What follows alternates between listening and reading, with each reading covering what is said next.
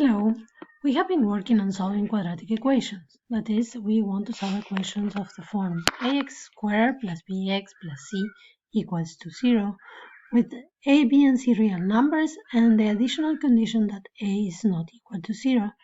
So we make sure that it's actually a quadratic equation and not a linear one that we solve.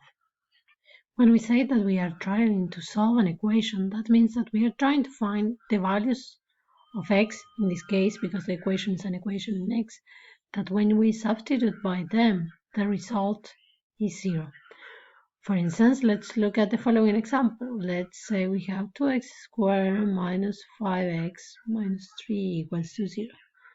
This is a quadratic equation. Here a is equal to 2, so it's actually different from 0.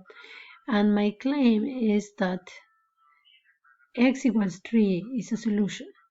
And I want you to check this. So stop the video for 1 second so you can check that x equals 3 is a solution of the equation. So x is equal to 3. There is another solution for this. It will be if we let x be negative half. And you can check that that one is a solution as well. The question is, once we understand what a quadratic equation is and what the solution is how do we find the solutions? I want you to remember that when we have a quadratic equation, we can have 0 solutions, 1 solution, or 2 solutions. And our focus now is on how do we find those solutions, if there are any. We have so far seen some special cases. We have seen that, for instance, if both the numbers b and c are equal to 0, then our equation will simply a times x squared is equal to 0. And this is true if and only if x is equal to 0. So in this case, we have only one solution. We have also looked at the case where b is equal to 0, but c is different from 0.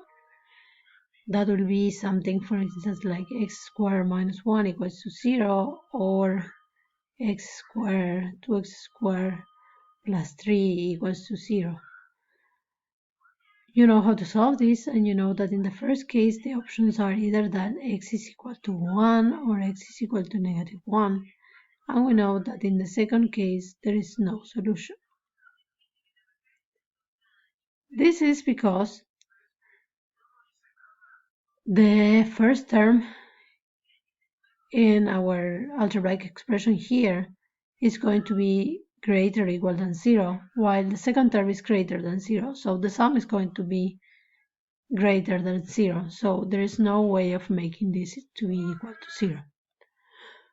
The last special case will be when b is not 0 and c is equal to 0. This could be something, for instance, like the form 3x squared minus 5 equals to 0. In this case, minus 5x equals to 0. In this case, we are going to take x as common factor between the two terms, and we'll be left with x times 3x minus 5 is equal to 0. And now we can apply the non-factor law, and we can say that the options that we have are either that x is equal to 0 or that this whole bracket is equal to 0. So we are saying 3x minus 5 equals to 0, so x is equal to 5 over 3. So these are the special cases. There is one more thing that you know, and is that if the quadratic equation is in factorized form, we can apply the non-factor law and solve it. For instance, if we have that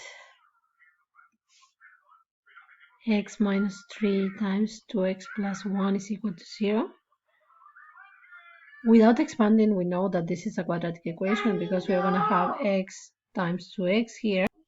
And also without expanding, and exactly because it's not in expanded form, we can see here that by the null factor law, if we have a product of two factors with result 0, then that means that either one of the factors is 0 or the other one is.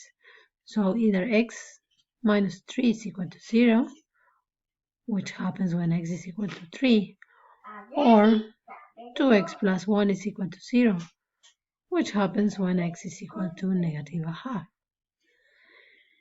There are some cases that we can go easily from the, or well, more or less easily from the expanded form to factorize. For instance, if we have x squared plus 6x plus 9 is equal to 0, we can see the pattern over here. We can see this is of the form ax squared plus 2ab plus b squared. So actually, this equation can be written in factorized form as x plus 3, all of its square is equal to 0. And now we can apply the null factor law and conclude that x has to be equal to negative 3.